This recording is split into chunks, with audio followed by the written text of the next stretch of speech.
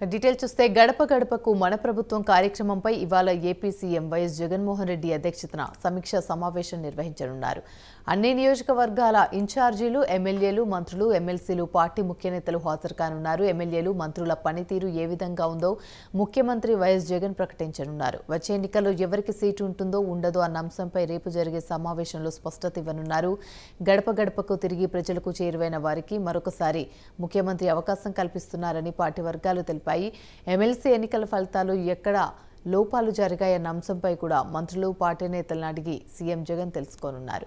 ఇప్పటికే సస్పెండ్ అయిన 4 ఎమ్మెల్యేల స్థానాల్లో ఎవరిని అభ్యర్థిగా ప్రకటించాలి అన్న అంశంపై కూడా చర్చించారు. పార్టీ భవిష్యత్తు ప్రణాళికతో పాటు ముందస్తు ఎన్నికల అంశంపై కూడా ప్రధానంగా చర్చ జరుగుతుందని తెలిపారు.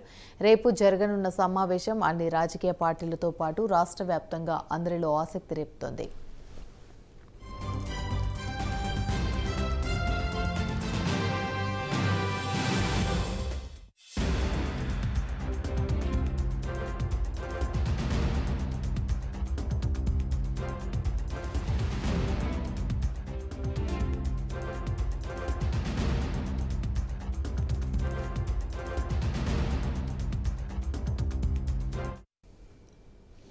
గడప గడపకు మన ప్రభుత్వ కార్యక్రమంపై ఇవాళ AP CM YS Jaganmohan Reddy అధ్యక్షతన సమీక్షా సమావేశం నిర్వహించనున్నారు. అన్ని నియోజకవర్గాల ఇన్ఛార్జీలు, ఎమ్మెల్యేలు, మంత్రులు, ఎమ్మెల్సీలు, పార్టీ ముఖ్య నేతలు హాజరు కానున్నారు. ఎమ్మెల్యేలు, మంత్రుల పనితీరు ఏ విధంగా ఉందో ముఖ్యమంత్రి వైఎస్ జగన్ ప్రకటించనున్నారు. వచ్చే ఎన్నికల్లో ఎవరికి ఓటు ఉంటుందో ఉండదో అన్న అంశంపై కూడా రేపు జరిగే సమావేశంలో స్పష్టత ఇవ్వనున్నారు. గడప గడపకు తిరిగి ప్రజలకు చేరువైన వారికి మరొకసారి ముఖ్యమంత్రి అవకాశం ఇవ్వనున్నారని పార్టీ వర్గాలు తెలిపాయి.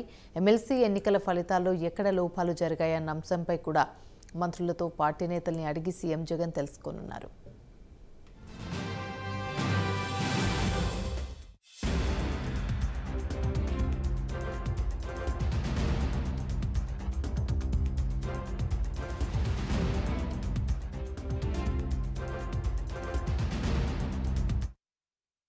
ఇప్పటికే సస్పెండ్ అయిన 4 ఎమ్మెల్యేల స్థానాల్లో ఎవరిని అభ్యర్థిగా ప్రకటించాలి అన్న అంశంపై కూడా చర్చించనున్నారు.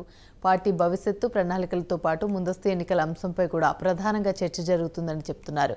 రేపు జరగనున్న సమావేశం అన్ని రాజకీయ పార్టీలతో పాటు రాష్ట్ర వ్యాప్తంగా అందరిలో ఆసక్తి రేపుతోంది.